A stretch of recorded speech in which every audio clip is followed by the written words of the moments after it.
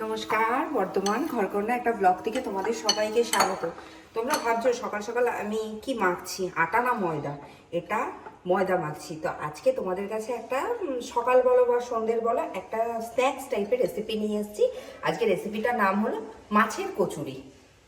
তো চলো উপকরণগুলোর সাথে তোমাদের পরিচয় করে দিই। আমি এখানে ভেটকি মাছ সেদ্ধ করে নিয়েছি, পেঁয়াজ কুচি নিয়েছি, ধনেপাতা কুচি, আদা রসুন কাঁচা লঙ্কা বাটা, ধনে গুঁড়ো, জিরে গুঁড়ো, গোটা গরম মশলা গুঁড়ো করে নিয়েছি, নুন, হলুদ আর সর্ষের তেল। আর এখানে ময়দা মেখে নিয়েছি, তোমরা তো দেখলেই। চলো পুরটা তৈরি করে নিই। প্রথমে আমি সর্ষের তেল দেবো কড়াইতে গরম করার জন্য। আমি এখানে 2 চামচের মতো সর্ষের তেল দিচ্ছি গরম হওয়ার জন্য। এবার আমি প্রথমে পেঁয়াজ কুচিগুলো একদম ভালো করে ভেজে নেবো, একটু লাল লাল করে কিন্তু পেঁয়াজ কুচিগুলো ভালো করে ভাজতে হবে।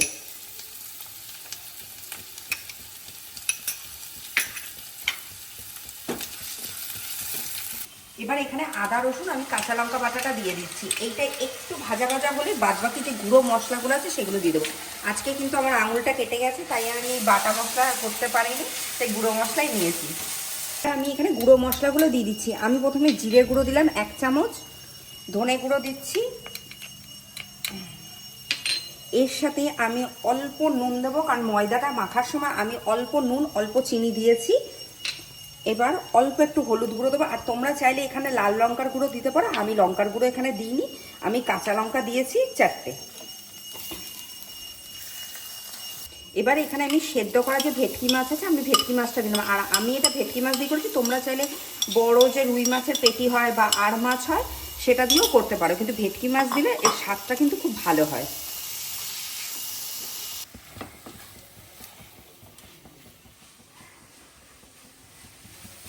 আমার পুরটা একদম রেডি হয়ে গেছে, দেখো ঝরঝরা করা। আমি এই সময় কিন্তু বেশ খানিকটা কুচনো ধনেপাতা দিয়ে দিচ্ছি।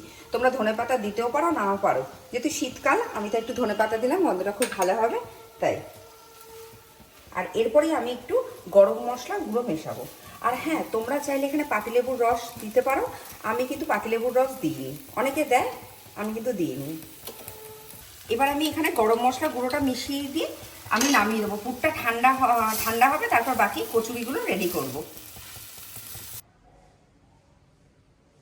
আমার পুরটা পুরো ঠান্ডা হয়ে গেছে। এবার আমি কচুরির ভেতরে মানে ময়দার যে লেচিটা করেছিলাম তার ভেতরে আমি পুরগুলো ভরে নিয়ে ফিরে আসছি তোমাদের কাছে।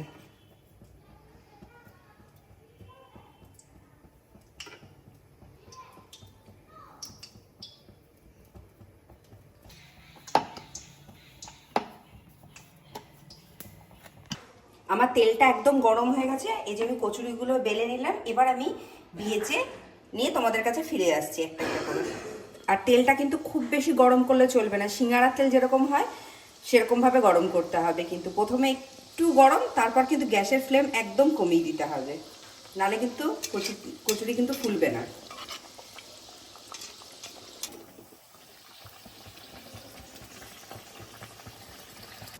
তো চলো, তৈরি হয়ে গেছে আজকে মাছের কচুরি।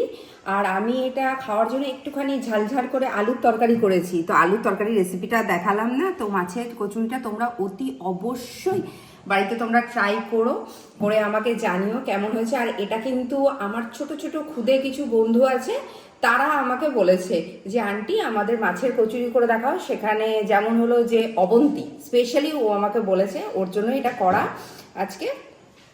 আর তোমরা অতি অবশ্যই আমার ভিডিওটা, আমার রান্নাগুলো যদি ভালো লেগে থাকে তোমরা বাড়িতে ট্রাই করো।